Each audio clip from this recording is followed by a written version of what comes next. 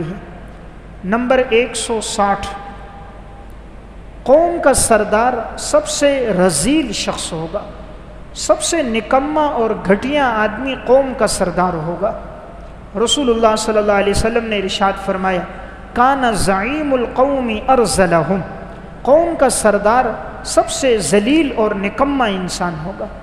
قوم میں بڑا اس کو بنایا جائے گا جو سب سے بیکار انسان ہوگا، صرف اس کی حرص و ہوس، مال اور دولت، اس کی گاڑیاں بنگلہ جائیداد کو دیکھ کر انہیں سرداری دے دی جائے گی، اس کے ایمان اور تقوی کو، اخلاص اور للہیت کو نہیں دیکھا جائے گا۔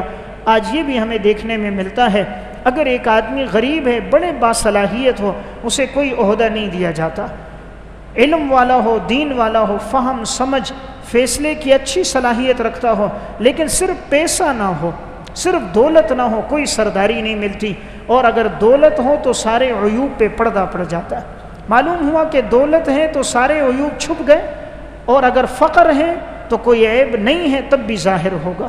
تو یہ دونوں چیزیں بھی آج موجود ہیں، قبیلے کے سردار بھی فاسق، قوم کے جو سربراہ ہیں وہ بھی نکمے اور ذلیل لوگ۔